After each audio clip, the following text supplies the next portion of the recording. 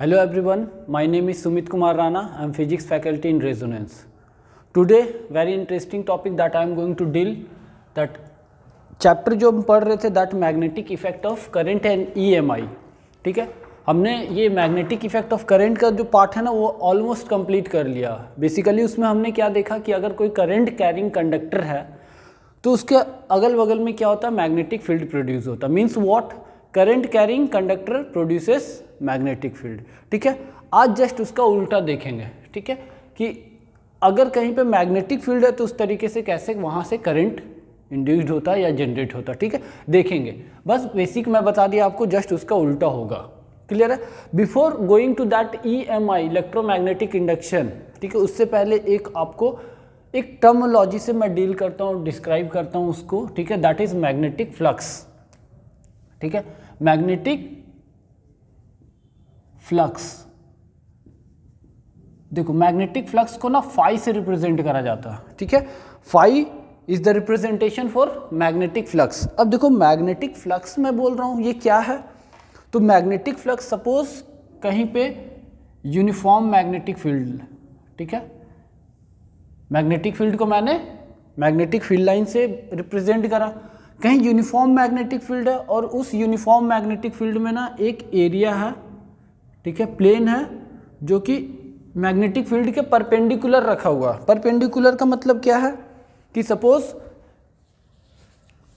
ये field lines, मतलब magnetic field इस डायरेक्शन में जा रहा. ठीक है, उसकी डायरेक्शन ये है, तो ये जो एरिया है ना, ये देख रहे हो ना, ये प्लेन है ना, ये प्लेन कुछ इस तरीके से रखा हुआ, मतलब मैग्नेटिक फील्ड इसके परपेंडिकुलर है. क्लियर है ना? एरिया भी किधर है, इधर ही है. मेरी बात समझ रहे हो ना? तो मैग्नेटिक फ्लक्स क्या डिफाइन होता है, considered a plane which is perpendicular to uniform magnetic field.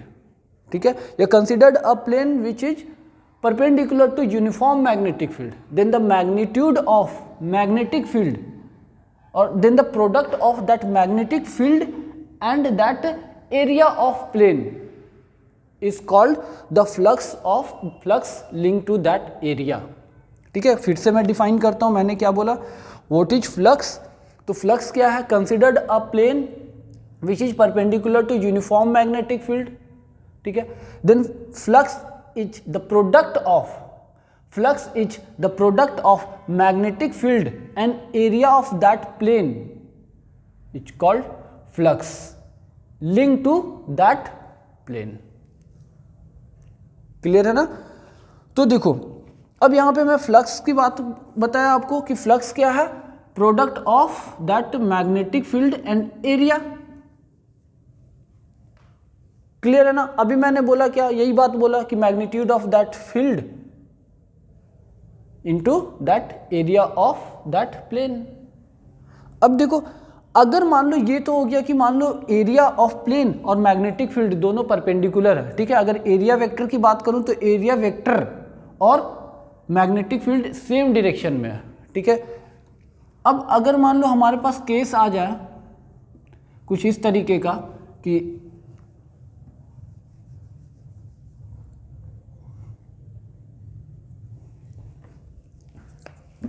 Case क्या है, कुछ इस तरीके का है, समझना.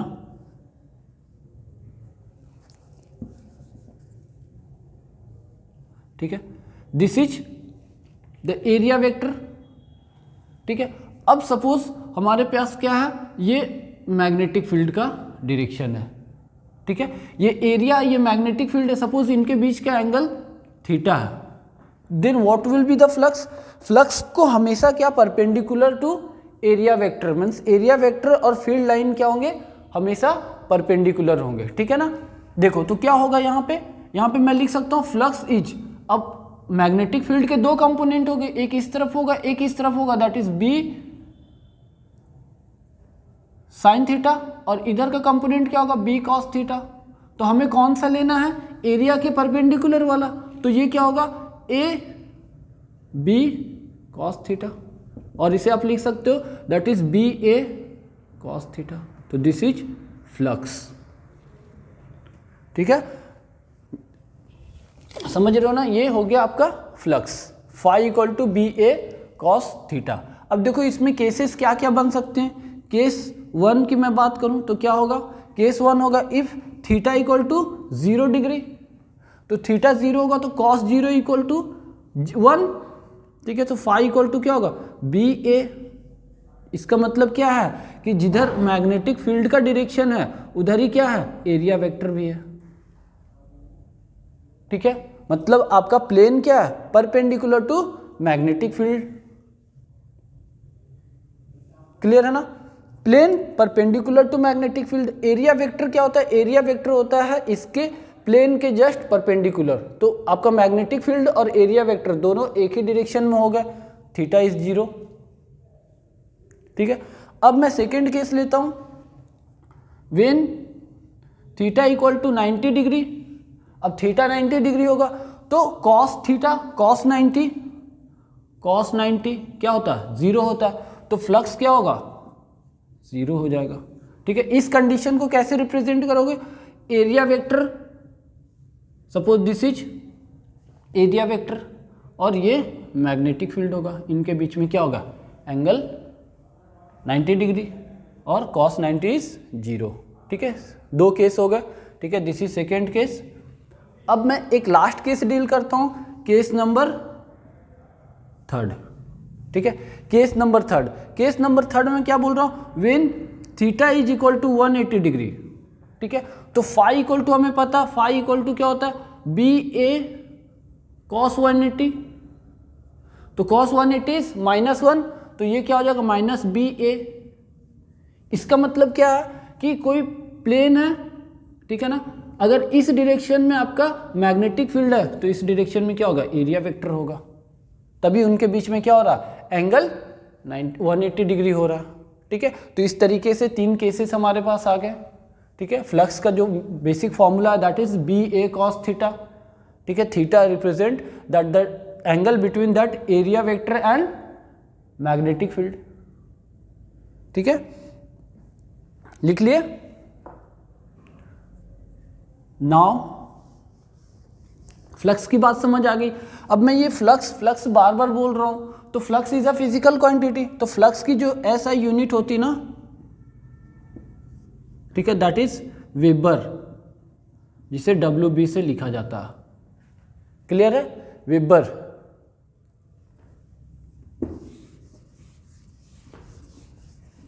अब देखो यहां से फ्लक्स को क्या लिख रहे हो, flux equal to B into A, ठीक है। तो B इक्वल टू क्या होगा, phi upon A. Flux equal to B A, तो B equal to phi upon A. तो वेबर, फ्लक्स की यूनिट वेबर, एरिया का यूनिट क्या होता है, मीटर स्क्वायर। तो हमारे पास एक नया यूनिट आ गया दिस मैग्नेटिक फील्ड का, वेबर पर मीटर स्क्वायर, ठीक है, weber per metre square. Clear है ना। तो ये वेबर पर मीटर स्क्वायर, इसे डिफाइन कैसे करोगे, तो इसे डिफाइन करोगे magnet, weber per metre square is nothing but the magnetic force, ठीक है, magnetic lines of force perpendicular to per unit square of area, ठीक है। This is called magnetic flux density, ठीक है। बी कहीं पे देखोगे तो क्या होगा, this B is nothing but magnetic flux density.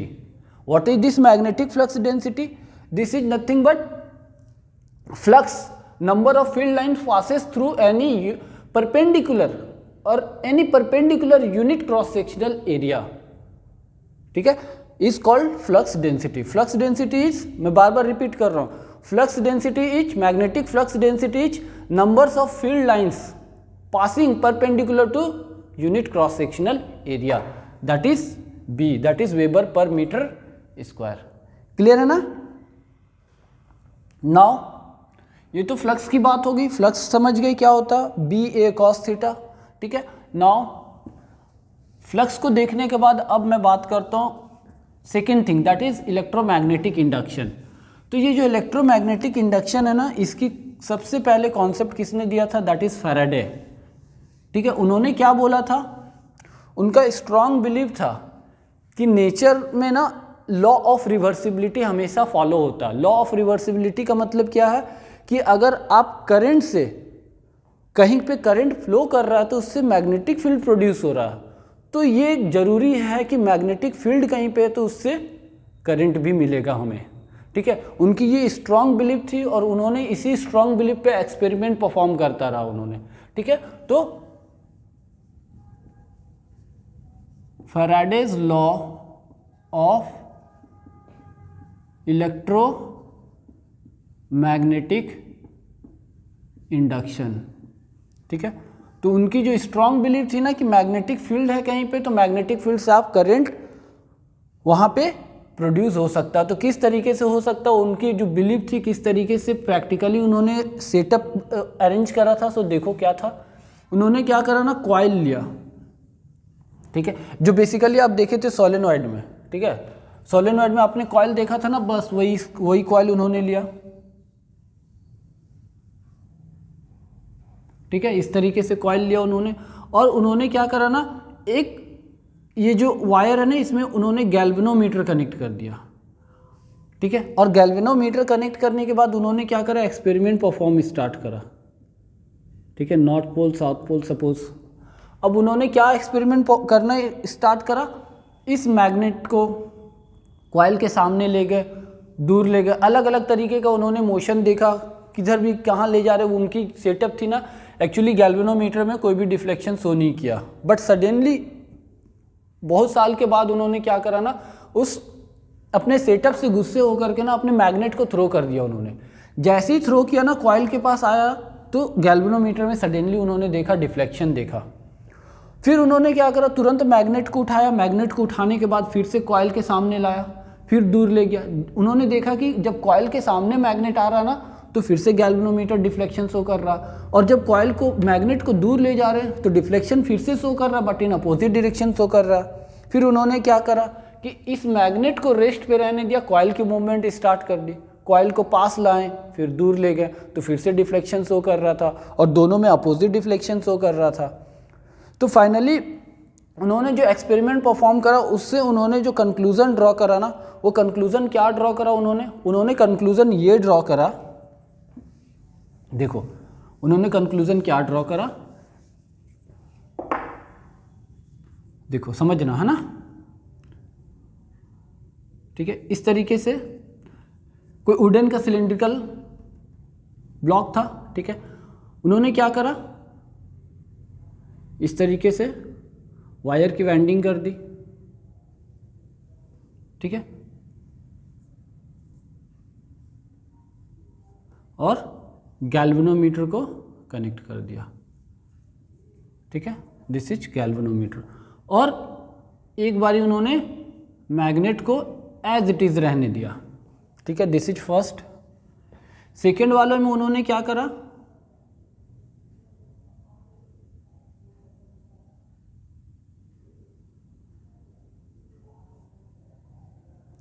Second वाले में एज इट इज गैल्वेनोमीटर था, ठीक है।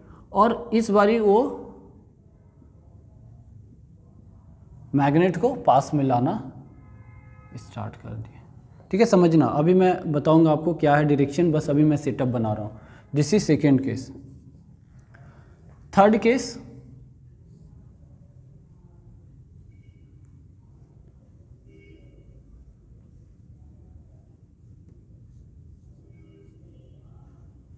ठीक है, फिर वो पास ला के छोड़ दिए। This is third case. Fourth case,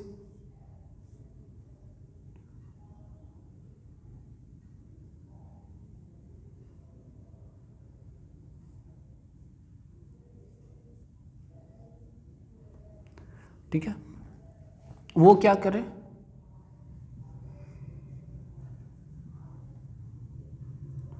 north pole south पोल, इस बारी मैग्नेट को वो दूर ले जाना स्टार्ट करा उन्होंने।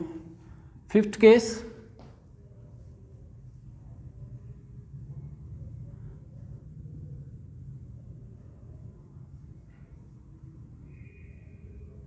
गैल्वेनोमीटर, ठीक है।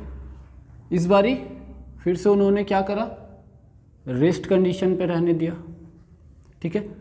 सिक्स्थ केस, इस बारी उन्होंने क्या करा ना, पहले तो नॉर्थ पोल को वो सामने ला रहे थे ना, अब वो क्या कर रहे हैं, वो साउथ पोल को सामने ला रहे हैं। मीन्स मैग्नेट का जो पोलैरिटी था ना वो उन्होंने क्या करा, रिवर्स कर दिया।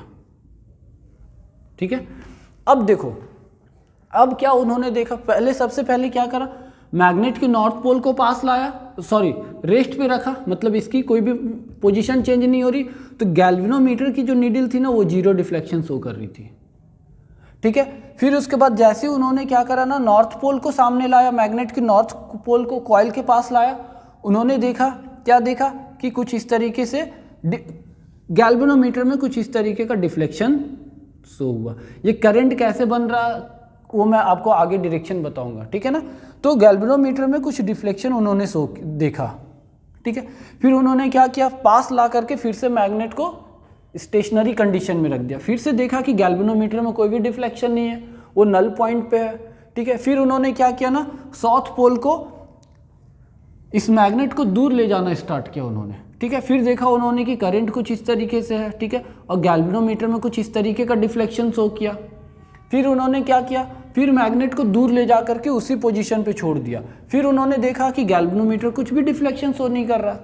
ठीक है, वो पास आ रहा था तो डिफ्लेक्शन शो कर रहा, दूर जा रहा तो डिफ्लेक्शन शो कर रहा, सामने रह रहा, दूर रह रहा, बट डिफ्लेक्शन शो नहीं कर रहा, दूर रह रहा बट डिफ्लेक्शन शो नहीं कर रहा, सीधा ही रह रहा। ठीक है, फिर उन्होंने देखा ना साउथ पोल को सामने ला करके। ठीक है, साउथ पोल को उन्होंने सामने लाया। अब मैग्नेट की पोलैरिटी पहले नॉर्थ सामने आ रहा था ना, ये देखो नॉर्थ सामने आ रहा था, अब वो साउथ सामने लाए, तो साउथ सामने लाने से फिर कुछ इस तरीके का हुआ कि फिर से कुछ गैल्वेनोमीटर में फिर से डिफ्लेक्शन देखने को मिला। मतलब जब जब ये मैग्नेट मोशन में है, जब जब ये मैग्नेट मोशन में है, उस टाइम ही गैल्वेनोमीटर में डिफ्लेक्शन देखने को मिला। तो उन्होंने जो कंक्लूजन ड्रॉ किया ना, वो क्या कंक्लूजन ड्रॉ करा, उन्होंने बोला whenever there is a relative motion between the magnet and coil then the galvanometer will show the deflection. First conclusion, whenever there is a relative motion between the magnet and coil, जब भी magnet और coil में relative motion होगा तो galvanometer deflection show करेगा। First statement. Second statement उन्होंने क्या बोला ना कि जब भी आप, ठीक है, मोशन, मैग्नेट की जो मोशन हो रही है उसकी डायरेक्शन आप चेंज कर दोगे तो डिफ्लेक्शन की डायरेक्शन चेंज हो जाएगी। देखो नॉर्थ पोल सामने आ रहा था, इधर डिफ्लेक्ट कर रहा था, जब नॉर्थ पोल दूर जाने लगा तो डिफ्लेक्शन जस्ट उसके उल्टा हो गया, तो डिफ्लेक्शन चेंज हो जाएगा। और उन्होंने क्या कंक्लूड करा, तो ये जो डिफ्लेक्शन है ना वो धीरे हो रहा या तेज हो रहा, ठीक है, वो जोर का डिफ्लेक्शन बेसिकली गैल्वेनोमीटर करंट को बताता है, करंट की प्रेजेंस को बताता है, ठीक है ना।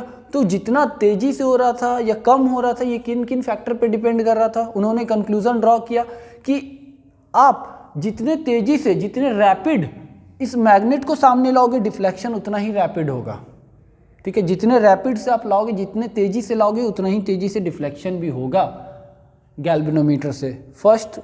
सेकेंड उन्होंने क्या बोला कि अगर आप मैग्नेट, जो इसकी जो स्ट्रेंथ है मैग्नेट की, अगर वो स्ट्रेंथ मैग्नेट का भी बढ़ा देते हो ना तो भी डिफ्लेक्शन बढ़ जाती है, ठीक है। फिर उन्होंने फाइनली क्या कंक्लूड, एक और कंक्लूजन दिया, दैट इज उन्होंने बोला कि और अगर आप एरिया ऑफ द कॉइल बढ़ाते हो और number of turns of the coil, जितना ज़्यादा नंबर्स ऑफ टर्न्स बढ़ा दोगे उतना ही ज़्यादा डिफ्लेक्शन शो करेगा।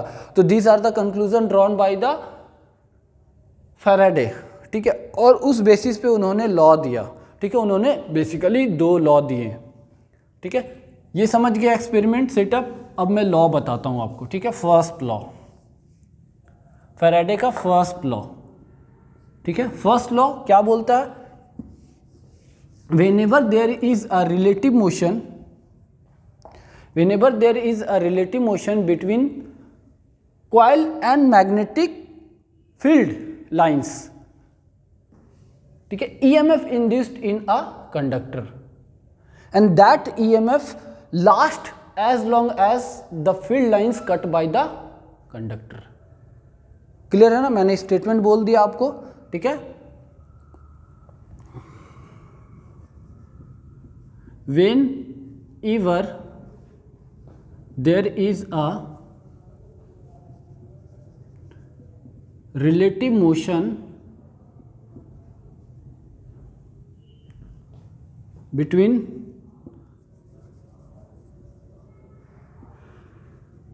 conductor और इसको और भी अच्छे से लिख सकते हो, कैसे लिख सकते हो, whenever there is a change in magnetic flux, देखो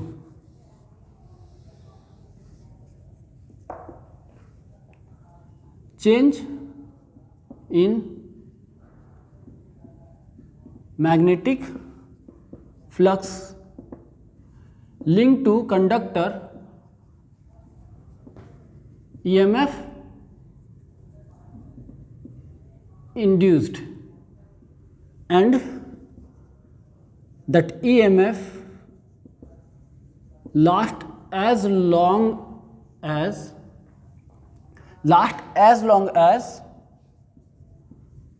there is change in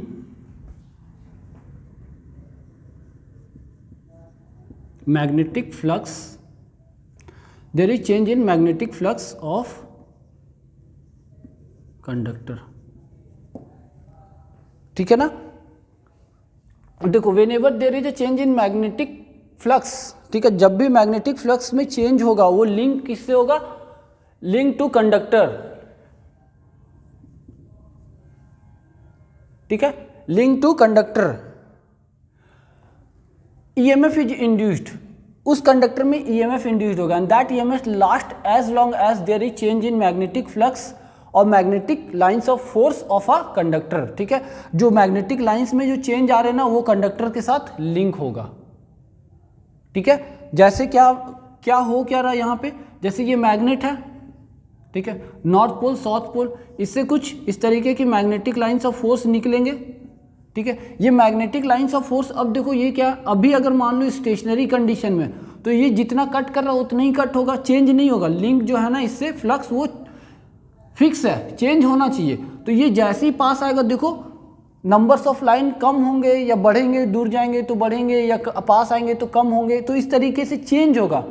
तो चेंज होगा ना तो इसमें क्या होगा, EMF इंड्यूस्ड होगा, और जब ये EMF इंड्यूस्ड होगा और ये जो कॉइल है ना वो कंप्लीट हो जाएगा ना तो उसमें इंड्यूस्ड करंट फ्लो करना स्टार्ट हो जाएगा, ठीक है। EMF इंड्यूस्ड ये वर्ड का ही मीनिंग है, ये वर्ड का मीनिंग है दूसरे के इम्पैक्ट की वजह से उसमें कुछ इफेक्ट आना, ठीक है। तो इसमें क्या हो रहा है, मैग्नेटिक फ्लक्स में चेंज आ रहा, इस मैग्नेटिक फील्ड लाइंस में चेंज आ रहा जो कि एक कॉइल कट कर रहा। अब कॉइल को कट करने में जो चेंज आ रही है ना वही चेंज की वजह से इसमें क्या होगा, EMF इंड्यूस्ड होगा, और सर्किट कंप्लीट है तो उसमें इंड्यूस्ड करंट फ्लो करना स्टार्ट कर जाएगा। क्लियर है। तो दिस इज फर्स्ट लॉ। अब सेकेंड लॉ की बात करते हैं, ठीक है, समझ गया ना,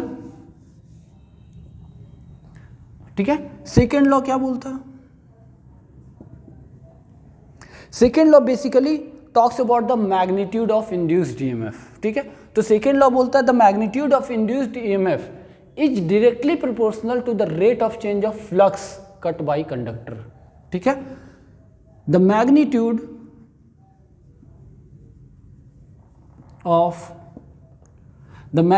of induced EMF is directly proportional to the rate of change of flux cut by conductor, ठीक है। मैग्नीट्यूड ऑफ इंड्यूस्ड EMF, उस कॉइल में जो EMF इंड्यूस्ड होगा वो किसके प्रोपोर्शनल होगा, जितना ज़्यादा वहाँ पे जिस रेट से फ्लक्स को वो कट करेगा कंडक्टर, ठीक है। तो mathematically EMF induced, magnitude of EMF induced equal to delta phi upon delta T, ठीक है। ये मैग्नीट्यूड की बात कर रहा, that's why I have put that EMF, ठीक है। E भी लिखा होता है, कर्ल E भी लिखा होता है, कर्ल E, ठीक है। तो इसलिए मैंने मोड में इसको रखा है। क्लियर है। तो this is the second statement और second law of Michael Faraday, ठीक है। फैराडे का सेकेंड लॉ ये हो गया। अब देखो ये तो बताएगा मैग्नीट्यूड के बारे में कि इंड्यूस्ड EMF कितना स्ट्रांग होगा, कितना इम्पैक्टफुल होगा, ठीक है ना, वो बताएगा। बट डायरेक्शन आप अभी जो करंट की डायरेक्शन देख रहे थे, करंट का जो फ्लो हो रहा था, वो करंट का डायरेक्शन कैसे आप असाइन करोगे? ठीक है, मैंने देखा ना आपको सेटअप में गैल्वेनोमीटर इस तरीके से इधर डिफ्लेक्ट कर रहा था, उधर डिफ्लेक्ट कर रहा था, उसमें करंट जो फ्लो कर रहा था, करंट की एरो में बना रहा था, तो वो कैसे, कौन बताया था? ठीक है ना, that is explained by the Lenz law. ठीक है, तो direction of induced current is such that it opposes the cause by it produced. ठीक है, हटा दूं, रब कर दूं, वीडियो पॉज करो, लिख लो। ठीक है, फैराडे के 2 लॉ थे, दोनों लॉ मैंने एक्सप्लेन कर दिया आपको। ठीक है, now Lenz law.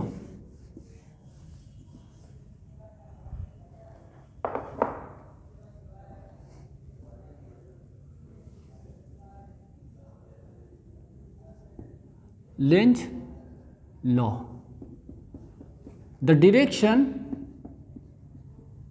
of induced current in a conductor such that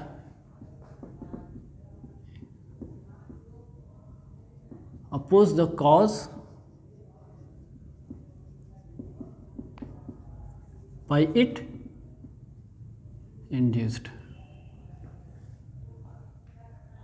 ठीक है, अब देखो स्टेटमेंट मैंने बोला कि जो डायरेक्शन होगा इंड्यूस्ड करंट का किसी कंडक्टर में, वो इस तरीके से होगा ना कि वो अपोज करेगा उस फैक्टर को, उस कॉज को जिसके वजह से उस कॉइल में ईएमएफ या करंट इंड्यूस हुआ है। ठीक है, देखो मैंने क्या बोला, सपोज आपको याद है क्लॉक रूल कि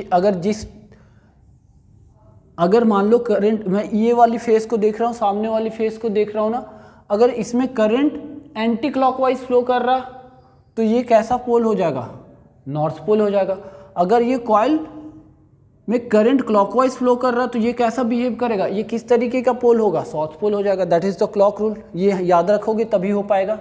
ठीक है, देखो उन्होंने क्या बोला, ये स्टेटमेंट दे दिया और इस स्टेटमेंट के हिसाब से इंड्यूस्ड ईएमएफ का फॉर्मूला उन्होंने दिया, that is minus sign represent that opposite जो ईएमएफ इंड्यूस्ड होगा। ठीक है, D phi by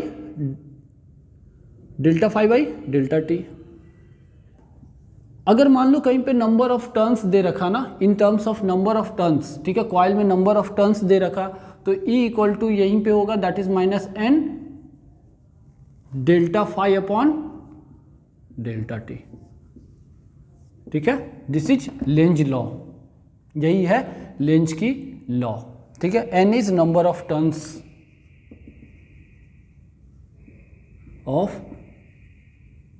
of coil.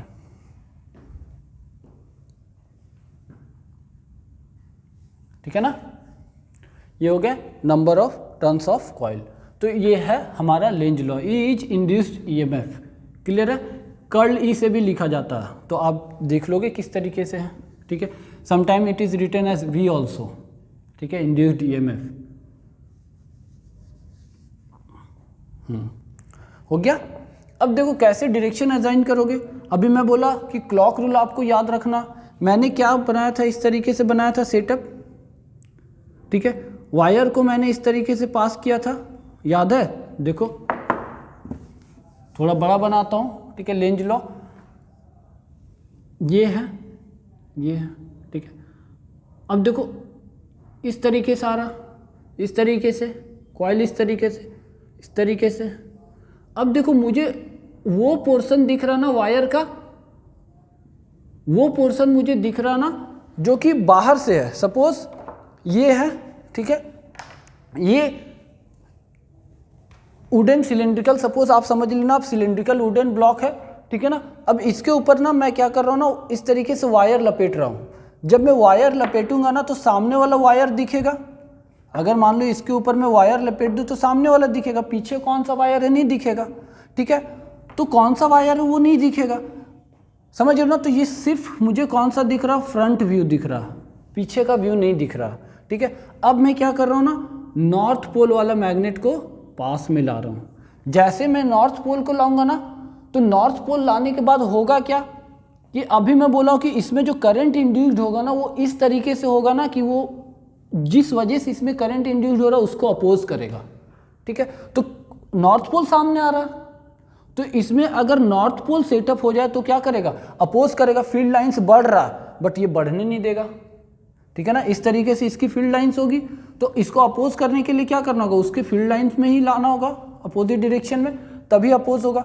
मतलब क्या होगा, यहाँ पे जो करंट होगा ना इस तरीके से सेटअप होगा इस वायर में कि यहाँ पे नॉर्थ पोल जनरेट हो जाएगा। ठीक है ना, नॉर्थ पोल का पोलैरिटी बनेगा। तो देखो करंट नॉर्थ पोल कब बनेगा, नॉर्थ पोल का मतलब क्या, करंट एंटी क्लॉकवाइज फ्लो होना चाहिए। करंट एंटी क्लॉकवाइज आपको देखना किधर से, इधर से, तो एंटी क्लॉकवाइज का मतलब क्या, पीछे से करंट इस तरीके से बाहर आएगा। मेरी बात समझो ना, पीछे से करंट ऐसे करके आएगा आगे की तरफ, तो करंट कुछ इस तरीके से सेटअप होना चाहिए पीछे से आगे की तरफ। ठीक है, अगर मैं कॉइल ऐसे करके ड्रॉ करूं तो पीछे से आगे की तरफ, तो देखो ये मुझे कैसा दिख रहा है, एंटी क्लॉकवाइज दिख रहा, तो यहाँ पे क्या होगा, नॉर्थ पोल सेटअप हो जाएगा।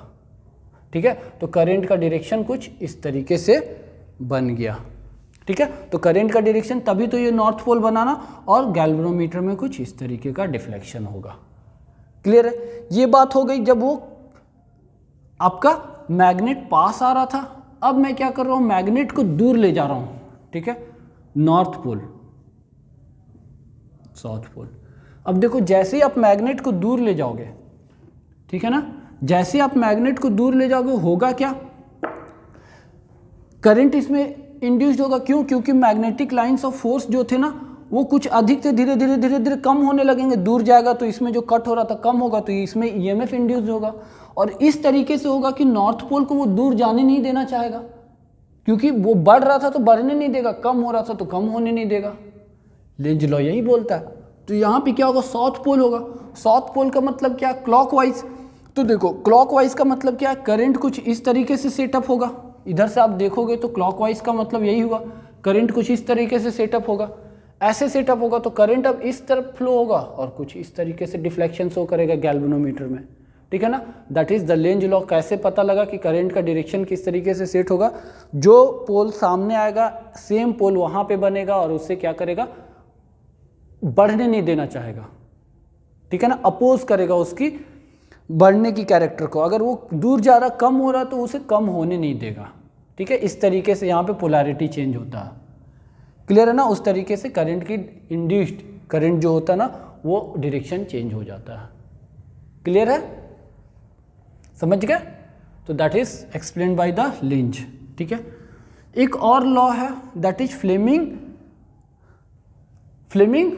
Right hand rule. ठीक है, राइट हैंड रूल की बात करते हैं अपन, लिख लिया ना।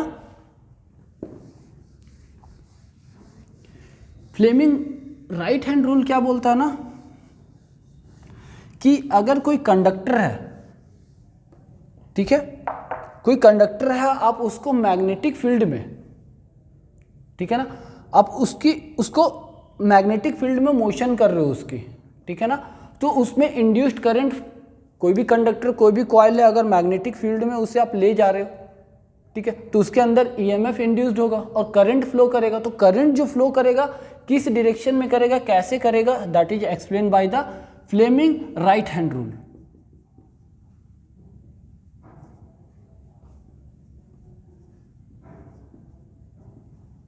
फ्लेमिंग राइट हैंड रूल, ठीक है। फ्लेमिंग राइट हैंड रूल क्या बोलता है कि थंब को, ठीक है ना, देखो राइट हैंड रूल क्या होगा, इस तरीके से थंब होगा,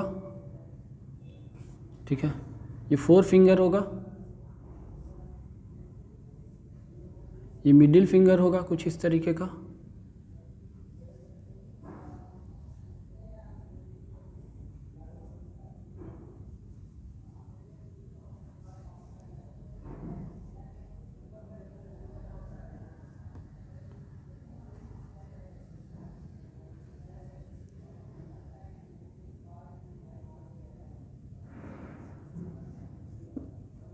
दिस इज राइट हैंड ठीक है, तो thumb will be the direction of motion, ठीक है, कंडक्टर की मोशन किस डायरेक्शन में है, that will pointed by thumb. Four finger, ठीक है, this will be in the direction of magnetic field, किधर मैग्नेटिक फील्ड है, then the middle finger will give you the direction of induced current, ठीक है। अगर किसी भी कंडक्टर को जिस डायरेक्शन में मूव कर रहे हो वो थंब पॉइंट करेगा। सबसे पहले तो आप राइट हैंड में क्या करना होता, फ्लेमिंग राइट हैंड में क्या करना होता, स्ट्रेच करो अपने थंब को, फोर फिंगर को एंड मिडिल फिंगर को, so that they should be in mutually perpendicular. Then the motion, thumb will be in the direction of motion and magnetic field will be in the direction of that four finger, ठीक है। then the middle finger will be in the direction of induced current, वो induced current की direction में automatically होगा और वो आपको बताएगा कि किस direction में कंडक्टर में induced होगा current। क्लियर है ना। ये इस एप्लीकेशन से आप देखोगे, इसकी एप्लीकेशन में आगे बताऊंगा, ठीक है, कहाँ पे आप यूज़ करोगे। क्लियर है ना। This is Fleming right hand rule. Now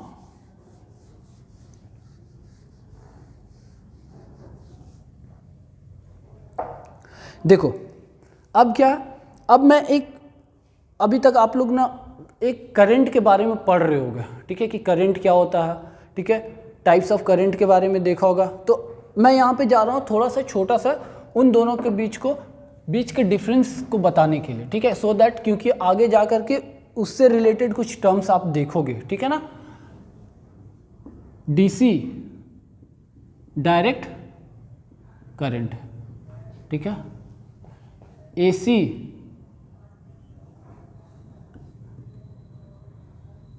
alternating current, ठीक है।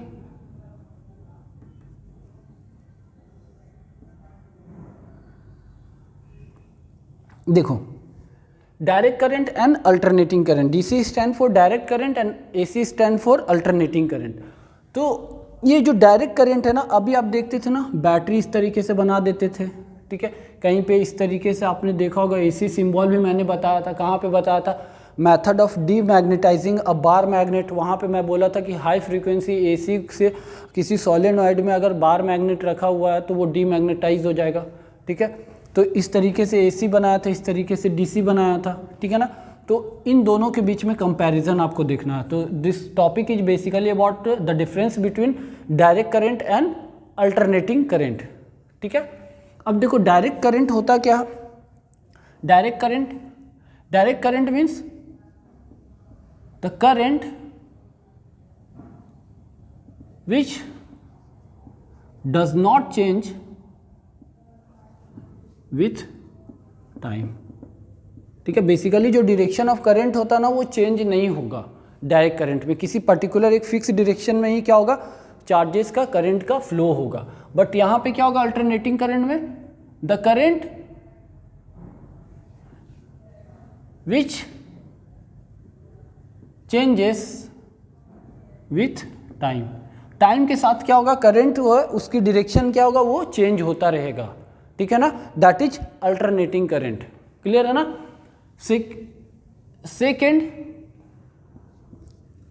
सेकेंड क्या होगा, the source of direct current is battery, ठीक है। ये बैटरी से बेसिकली डायरेक्ट करंट मिलता है एंड सेल से, but source is power plant से हमें एसी मिलता है, ठीक है ना। एसी हमें पावर प्लांट से मिलता है, कि बहुत तरीके के पावर प्लांट है, that is hydro power plant, water power plant, ठीक है ना, जो कि बेसिकली डैम बनाया जाता है, डैम के ऊपर वाटर स्टोर करा जाता है, उसकी पोटेंशियल एनर्जी से काइनेटिक एनर्जी, टरबाइन रोटेट करता है, ब्लेड रोटेट करने के बाद वहाँ पे पावर की जनरेशन होती है, ठीक है। That current is alternating current. Third one is, it is, देखो ये तो लिख नहीं रहा हूँ बट बताता हूँ कि direct current is less danger as compare to alternating current, alternating current is more dangerous, ठीक है। अब देखो, इसके लिए जो इंस्ट्रूमेंट होता है ना मेजर करने के लिए, direct current is measured by ammeter, ठीक है, एमीटर इसे मेजर करता है। और अल्टरनेटिंग करंट को कौन मेजर करता, हॉट वायर इंस्ट्रूमेंट, ठीक है ना। कौन मेजर करता, हॉट वायर इंस्ट्रूमेंट्स, ठीक है ना। This is basically 3 difference. एक मैं और लिख देता हूँ, that is 4 difference. Direct current का जो ग्राफ होता है ना, दैट इज विथ टाइम, वो क्या होगा, इस तरीके का होगा, कांस्टेंट होगा, क्योंकि मैं बोला हूँ डायरेक्शन डज नॉट चेंज, तो डायरेक्शन चेंज नहीं हो रहा, किसी पर्टिकुलर डायरेक्शन में चल रहा, ठीक है, फ्लो हो रहा। अब देखो अल्टरनेटिंग करंट का क्या होता है, with the passage of time alternating current अपनी डायरेक्शन चेंज करते रहता है, ठीक है, साइनोसॉइडल। तो this is alternating current. Clear है ना, एक जैसे होंगे, वो थोड़ा ऊपर नीचे हो गया, देख लोगे थोड़ा सा,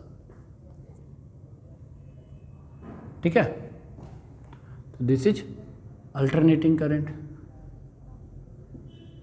है ना, अल्टरनेटिंग करंट हो गया। This is direct current. अब देखो अल्टरनेटिंग करंट के कुछ एडवांटेजेस है, कुछ डिसएडवांटेजेस है, ठीक है ना। सबके कुछ ना कुछ एडवांटेज होते हैं, कुछ कुछ डिसएडवांटेज होते हैं। तो अल्टरनेटिंग करंट की अगर एडवांटेज की मैं बात करूं, ठीक है, तो एडवांटेज क्या है, alternating current can transmit to a long distance without और with a little amount of loss of power, ठीक है, पावर में बहुत ही कम लॉस होगी और बहुत ज़्यादा डिस्टेंस तक, बहुत दूर तक वो ट्रांसमिट की जा सकती है, ठीक है। आप देखे होगे जो आपके घर में जो आती करंट आती है ना, अल्टरनेटिंग करंट, वो आपके घर पे नहीं और आपके घर के बगल में नहीं, कहीं पे वहाँ पे जनरेट होती है, ठीक है। वो जो जनरेटिंग पावर स्टेशन है ना, वो कहीं पे बहुत दूर में होता है, ठीक है, वहाँ से ट्रांसमिट होकर के आती है, तो वो लॉस ऑफ पावर बहुत ही कम है, दैट्स वाई ये पॉसिबल है इन अल्टरनेटिंग करंट, ठीक है। सेकेंड एडवांटेज क्या है अल्टरनेटिंग करंट की, देखो अभी आप इसके बाद पढ़ोगे ना ट्रांसफार्मर, ठीक है, by the help of transformer, ठीक है, आप अल्टरनेटिंग करंट की वोल्टेज बढ़ा सकते हो, कम कर सकते हो according to your requirement, but ये पॉसिबल नहीं होता है डायरेक्ट करंट में। क्लियर है ना, तो ये हो गई एडवांटेजेस। अगर डिसएडवांटेज की बात करें, ड्रॉबैक की बात करें कि अगर अल्टरनेटिंग करंट में क्या ड्रॉबैक है, तो सबसे पहला ड्रॉबैक है ना कि chemical process, some chemical process are not possible with the help of that alternating current.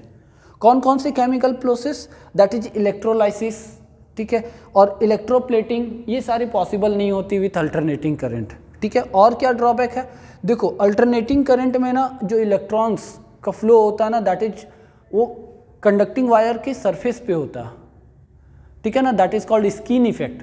तो उसके वजह से ना हमें जो वायर की नीड होती है ना, वो क्या होता है ना, एक वायर, एक मोटे वायर की नीड से नहीं होता, उनके लिए क्या होता है, several thin wire, insulated thin wire की रिक्वायर्ड होती है, ठीक है। Again that is the costly, that's why this is the drawback of alternating current, ठीक है। तो these are the drawback of alternating current. Now come to numerical section, ठीक है, समझ गया ना। एक न्यूमेरिकल मैं देता हूँ, सॉल्व करो इसे, क्वेश्चन है।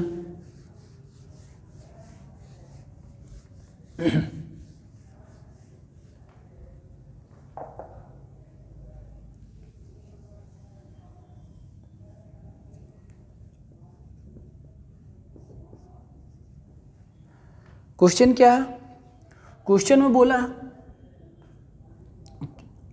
Magnetic flux density, magnetic flux density of, सुनते जाना, a magnetic flux density of 2 weber per metre square,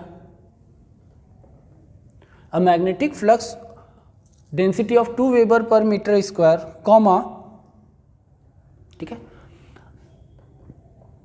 10 turns of coil, number of turn 10 turns of coil which is placed perpendicular to magnetic field,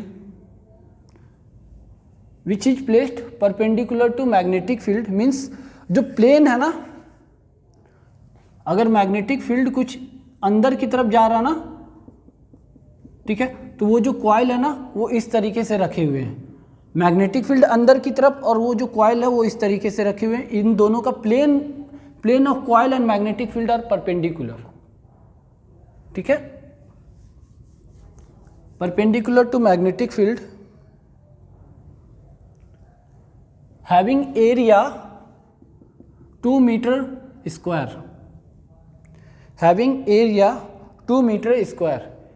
If the coil is removed from that magnetic field, or if the coil is removed from magnetic field in time, 0.5 second, then find induced EMF in the coil. ठीक है, एक coil है जिसमें number of turns कितने हैं, 10 हैं, जो कि magnetic flux density 2 weber per metre square पे रखे हुए हैं। कैसे रखे हुए हैं, नॉर्मली रखे हुए हैं। ठीक है, इस तरीके से, क्लियर है ना। कोई भी कॉइल है, किसी भी एरिया ऑफ क्रॉस सेक्शन कितना दे रखा है, दैट इज 2 मीटर स्क्वायर। अब बोल क्या रहा है, ये कॉइल है ना यहाँ पे था इनिशियली, अब ये टाइम, जैसे ही टाइम 0.5 सेकेंड हुआ ना, ये इस तरीके से शिफ्ट करके यहाँ पे लाया गया। ठीक है, जस्ट फील्ड के बाहर लाया गया, कोई भी इस पर फ्लक्स यहाँ पे नहीं है। This is the final condition. ठीक है, मैग्नेटिक लाइन्स ऑफ फोर्स अंदर से ऊपर से अंदर की तरफ जा रहे हैं, ऊपर से अंदर की तरफ जा रहे हैं। ठीक है, थीटा इज 0 डिग्री,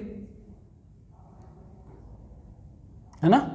अब देखो कैसे फ्लक्स निकालोगे, ईएमएफ इंड्यूस्ड होगा वो कॉइल में, वो कितना निकालोगे, होगा ना ईएमएफ इंड्यूस्ड, क्योंकि मैग्नेटिक फील्ड से आप ऐसे करके शिफ्ट कर रहे हो।